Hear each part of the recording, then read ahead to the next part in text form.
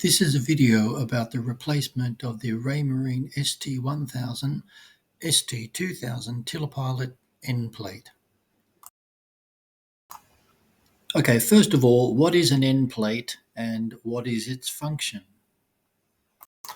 The endplate is a molded black plastic flange that fits on the end of your uh, ramrod, and it has a aluminium backing plate behind it. This aluminium backing plate holds the water seal inside the end plate. The end plate is attached to two parallel rods to make sure that the ramrod moves in and out smoothly. And lastly, the water seal for the casing attaches to the end plate. So you can see it does multi-functions, so it's a very important piece of the unit, but unfortunately it's not strong. From the action of the ramrod actually hitting the backing aluminium plate of the end plate bends, the flanges on the end of the black plastic molding break off, and the thing floats. When it floats, it allows water to enter through the seal. The water can actually drop onto the fluxgate compass or evaporate and adhere to the motherboard, and that water will be the end of your Tillerpilot.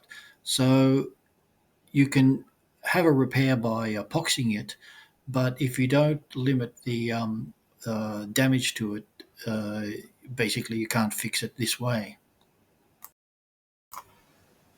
This is a damaged end plate with the flanges broken off, and the black ring is the internal seal. Ramarine do not supply this as a spare part, so one alternative is 3D printing. I don't have the facilities for that, and later on at the end of the video I'll go into a little bit of details about that.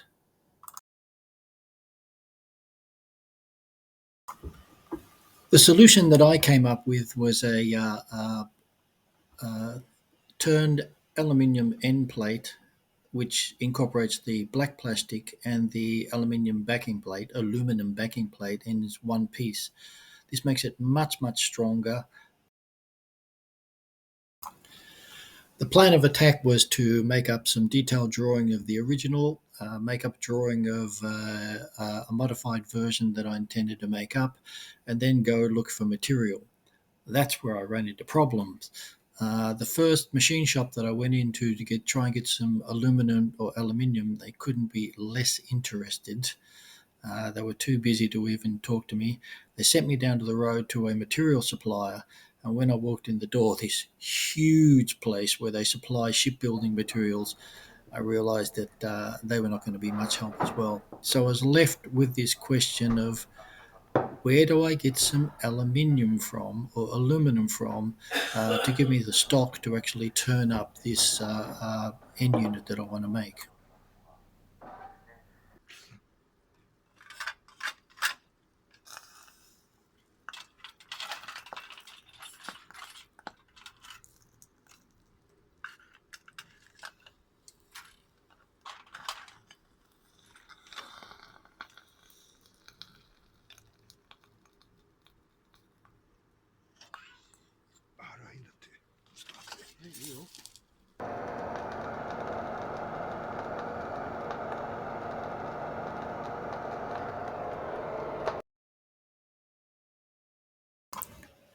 After 3 different attempts and a lot of experimentation, I finally got the furnace operating, hair dryer down the bottom blasting the air in, and lots of charcoal. I tried Weber briquettes as a fuel, but they were not hot enough, and I tried melting aluminum cans first, but there was so much dross from it wasn't worthwhile. And I picked up some scrap aluminum angle iron, chopped it up in little pieces, and melted that and used it as my stock for material.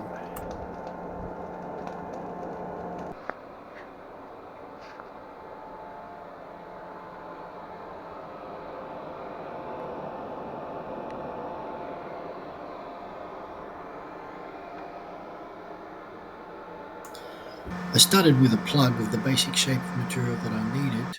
This is basically a couple of pieces of 15 mil plywood cut out with a hole saw and some electrical tape to wrap around it just to make it a bit smoother.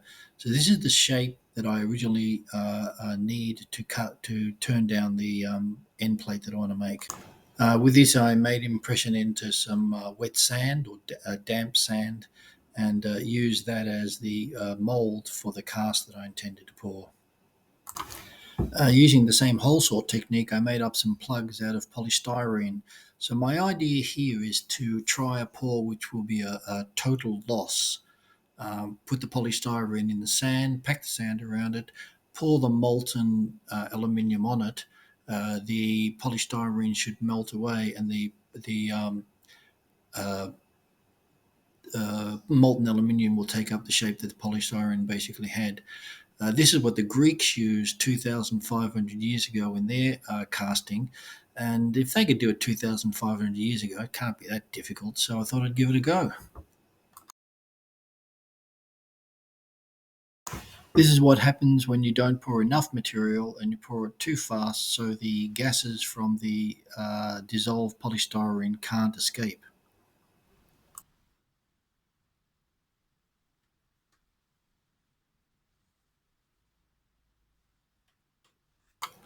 This is sand cast, and it's what happens when you don't pack the sand tight enough.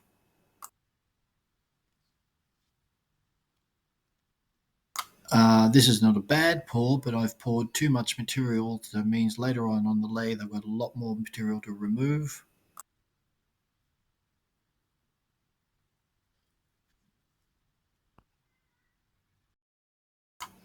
And this is my Greek friend, Hubris's reaction to my pouring efforts. Once I had my aluminum cores or blobs, the next thing to do was to turn them. So I went down to Marine Systems in Shiogama, that's the local boatyard, and explained to the owner, Watanabe-san, what I wanted to do. Here you can see his residences on the right hand side up the top, and on the left hand side is a little office, and downstairs are all the workshops for painting, welding, and all the rest.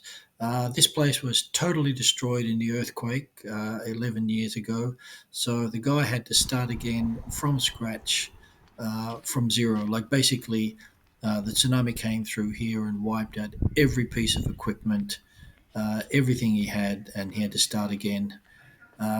He kindly said, "There's the lathe, off you go." Now, I haven't touched a lathe since I was in high school 55 years ago, but this is a beautiful little Line 7 Milford lathe, really, really high precision. But he hadn't used it for years, and he basically said to me, "If you can tune it up and get it going better, off you go." So I spent the first day cleaning the lathe and tuning it up, and then the next 2 or 3 days was or almost a week, just delight using this beautiful little machine to turn my blobs into the basic end plates that I needed to make.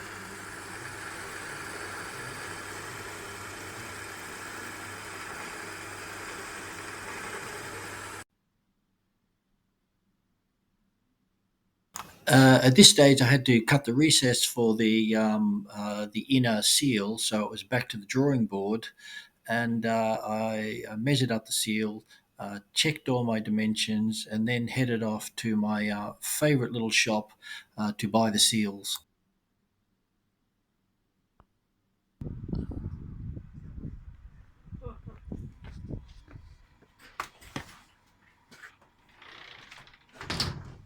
ダディさんどちらの方なんですか？Australia です。ああ、オーストラリア。ああ。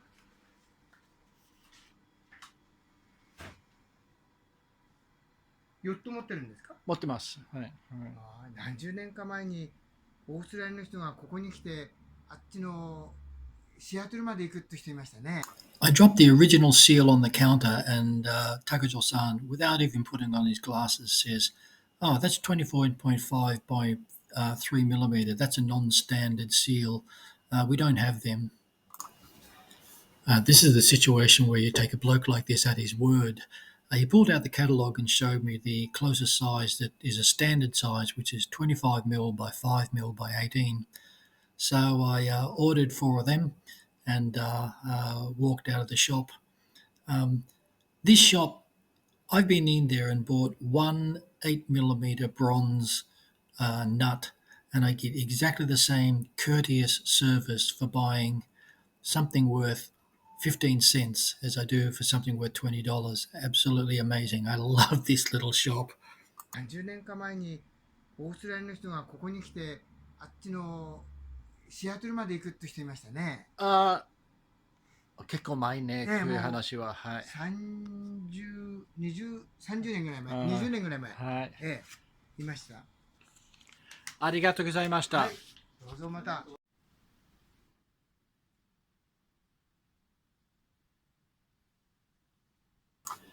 I finished off the turning to the stage where the internal seal fit and also the external casing water seal fit.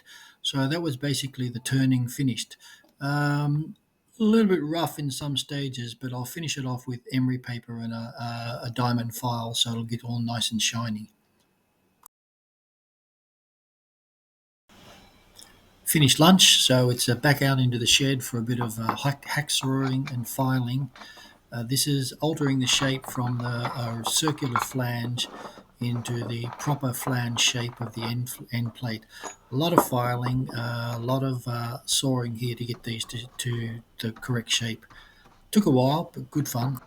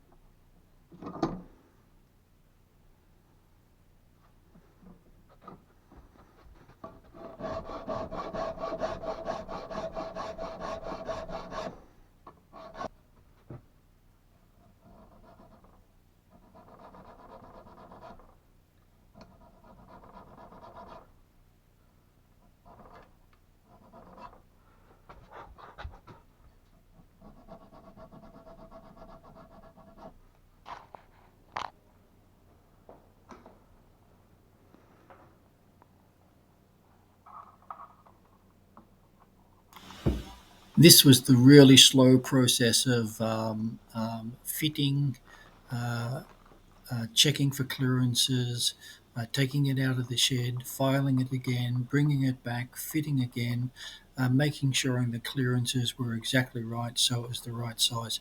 Took a while to do this.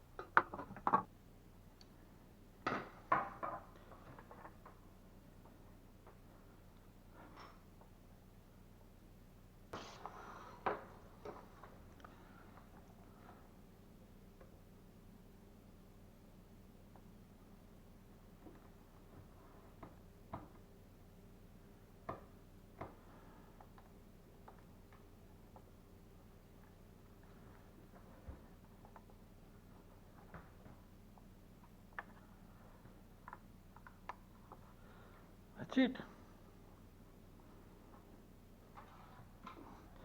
That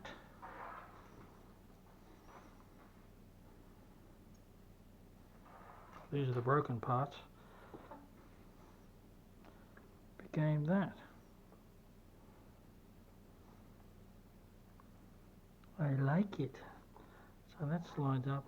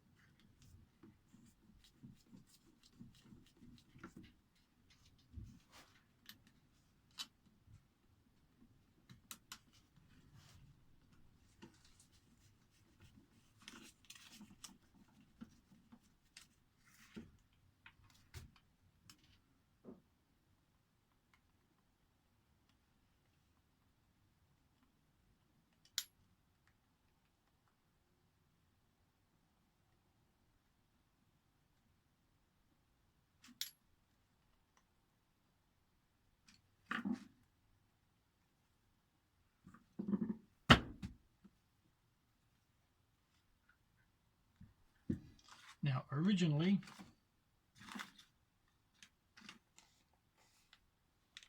where is it? Originally,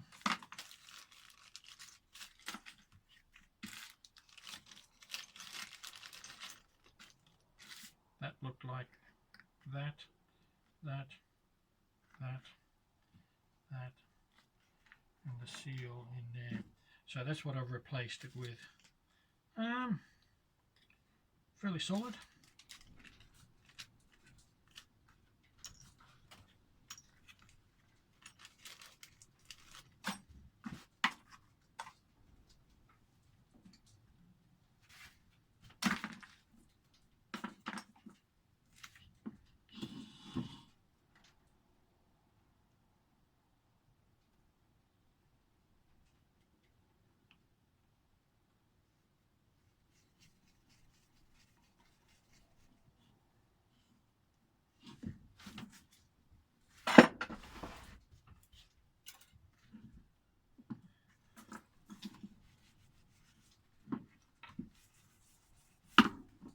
There's the finished job.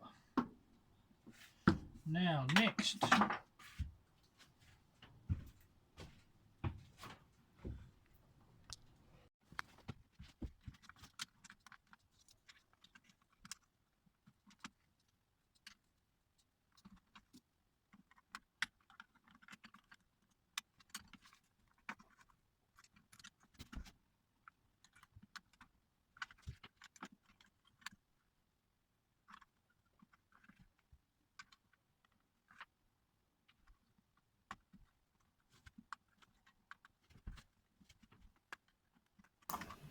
so here we have the retaining washer for the end slop repair, the limiting switch, and finally at the end the end plate replacement made out of aluminum.